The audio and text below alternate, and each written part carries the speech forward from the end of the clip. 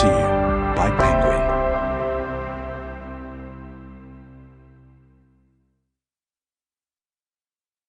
The Visitor by Lee Child. Read by Jeff Harding.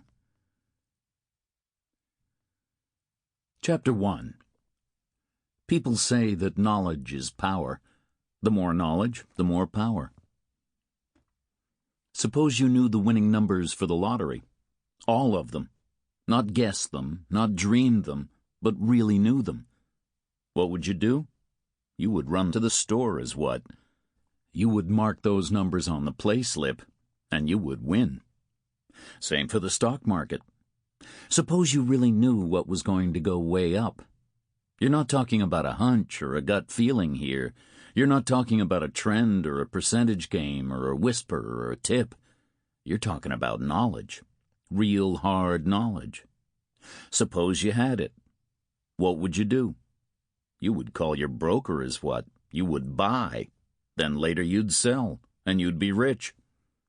Same for basketball, same for the horses, whatever, anything.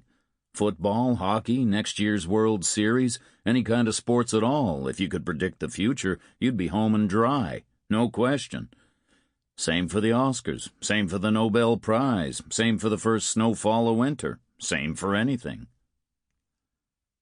Same for killing people. Suppose you wanted to kill people.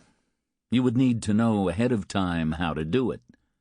That part's not too difficult. There are many ways. Some of them are better than others. Most of them have drawbacks. So you use what knowledge you've got, and you invent a new way. You think, and you think, and you think. And you come up with the perfect method. You pay a lot of attention to the setup, because the perfect method is not an easy method, and careful preparation is very important. But that stuff is meat and drink to you. You have no problem with careful preparation, no problem at all. How could you, with your intelligence? After all your training. You know the big problems will come afterward. How do you make sure you get away with it? You use your knowledge as how. You know more than most people about how the cops work. You've seen them on duty many times, sometimes close up. You know what they look for. So you don't leave anything for them to find. You go through it all in your head, very precisely and very exactly and very carefully, just as carefully as you would mark the lottery slip you knew for sure was going to win you a fortune. People say that knowledge is power. The more knowledge, the more power. Which makes you just about the most powerful person on earth. When it comes to killing people. And then getting away with it. Life is full of decisions and judgments and guesses, and it gets to the point where you're so accustomed to making them, you keep right on making them, even when you don't strictly need to. You get into a what-if thing, and you start speculating about what you would do if some problem was yours instead of somebody else's. It gets to be a habit.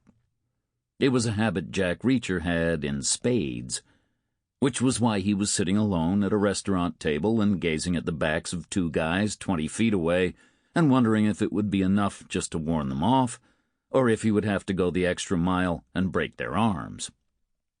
It was a question of dynamics.